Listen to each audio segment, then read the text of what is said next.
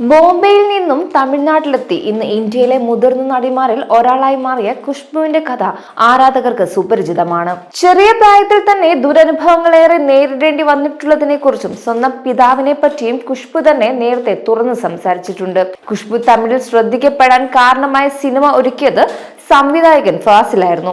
മലയാളത്തിൽ നിന്നും റീമേക്ക് ചെയ്ത പടത്തിലാണ് ഖുഷ്ബു നായികയായി അഭിനയ രംഗത്തേക്ക് എത്തുന്നത്.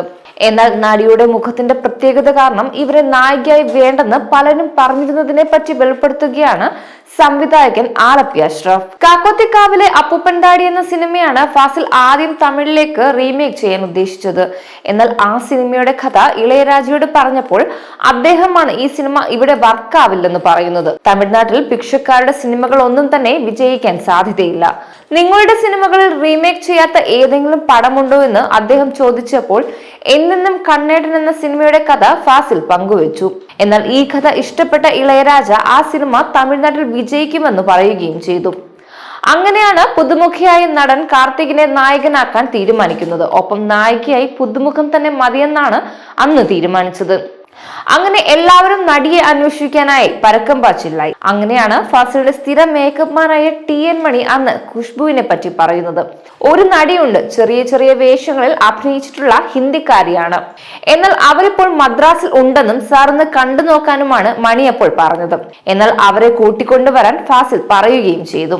ആ പെൺകുട്ടിയായിരുന്നു ഇന്നത്തെ പ്രമുഖ നടിയായ ഖുഷ്ബു. ഖുഷ്ബു ഫാസിലിനെ കണ്ടുപോയതിനു ശേഷം അവിടെ ഉണ്ടായിരുന്ന എല്ലാവരും ഒറ്റക്കെട്ടായി പറഞ്ഞു ആ കുട്ടിയെ നായിക കഥാപാത്രമായി വേണ്ട എന്ന്. അവരെ കണ്ടാൽ ഒരു ചൈനക്കാരിയുടെ ലുക്ക് ഉണ്ടെന്നാണ് അന്നത്തെ കാരണം. ആ കുട്ടി ശരിയാവില്ല എന്നുമായിരുന്നു എല്ലാവരും ഒരേ സ്വരത്തിൽ അപ്പോൾ പറഞ്ഞത്. പക്ഷെ ഫാസിലിനെ ആകർഷിച്ചത് മറ്റൊന്നുമല്ലായിരുന്നു, അവളുടെ അഭിനയ മികവായിരുന്നു അന്ന് ഫാസിൽ ശ്രദ്ധിച്ചത്. ഫാസിൽ ഒരു സീൻ അവതരിപ്പിക്കാൻ കൊടുത്തപ്പോൾ അവർ മനോഹരമായി തന്നെ അത് അഭിനയിച്ചു കാണിച്ചു. അത് ഫാസിലിനെ ഇംപ്രസ് ചെയ്യാനുള്ള കാരണവുമായി. അങ്ങനെയാണ് ഖുഷ്ബു എന്ന നായികയുടെ ഉദയം തുടങ്ങിയത്. വർഷം 16 എന്ന പേരിലാണ് അന്ന് ഫാസിൽ സിനിമ നിർമ്മിച്ചത്. അത് വലിയ പരാജയമാകുമെന്ന് കരുതി തിയേറ്റർ ഉടമകൾ പോലും ഈ സിനിമ അധിക ദിവസം ഓടിക്കാൻ സാധിക്കുകയില്ലെന്ന് പറഞ്ഞിരുന്നു.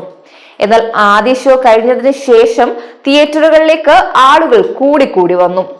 സെക്കൻഡ് ഷോ ആയപ്പോഴേക്കും തിയേറ്റർ കവിഞ്ഞ് ആളുകളുടെ ബഹളം തന്നെയായി. അങ്ങനെ ആ സിനിമ വിചാരിച്ചതിലും കൂടുതൽ വിജയമായി മാറുകയായിരുന്നു. ഖുഷ്ബുവിന്റെയും കാർത്തിക്കിന്റെയും കരിയറും ഇതിലൂടെയാണ് മുന്നോട്ട് തിളക്കം വെച്ചത്. ഇങ്ങനെയാണ് ആലപ്പി അഷ്റഫ് പറയുന്നത്. കൂടുതൽ വാർത്തകൾക്കായി B4 Blaze ഫോളോ ചെയ്യൂ, സബ്സ്ക്രൈബ് ചെയ്യൂ. കൂടുതൽ വാർത്തകൾക്കായി B4 Blaze ഫോളോ ചെയ്യൂ, സബ്സ്ക്രൈബ് ചെയ്യൂ.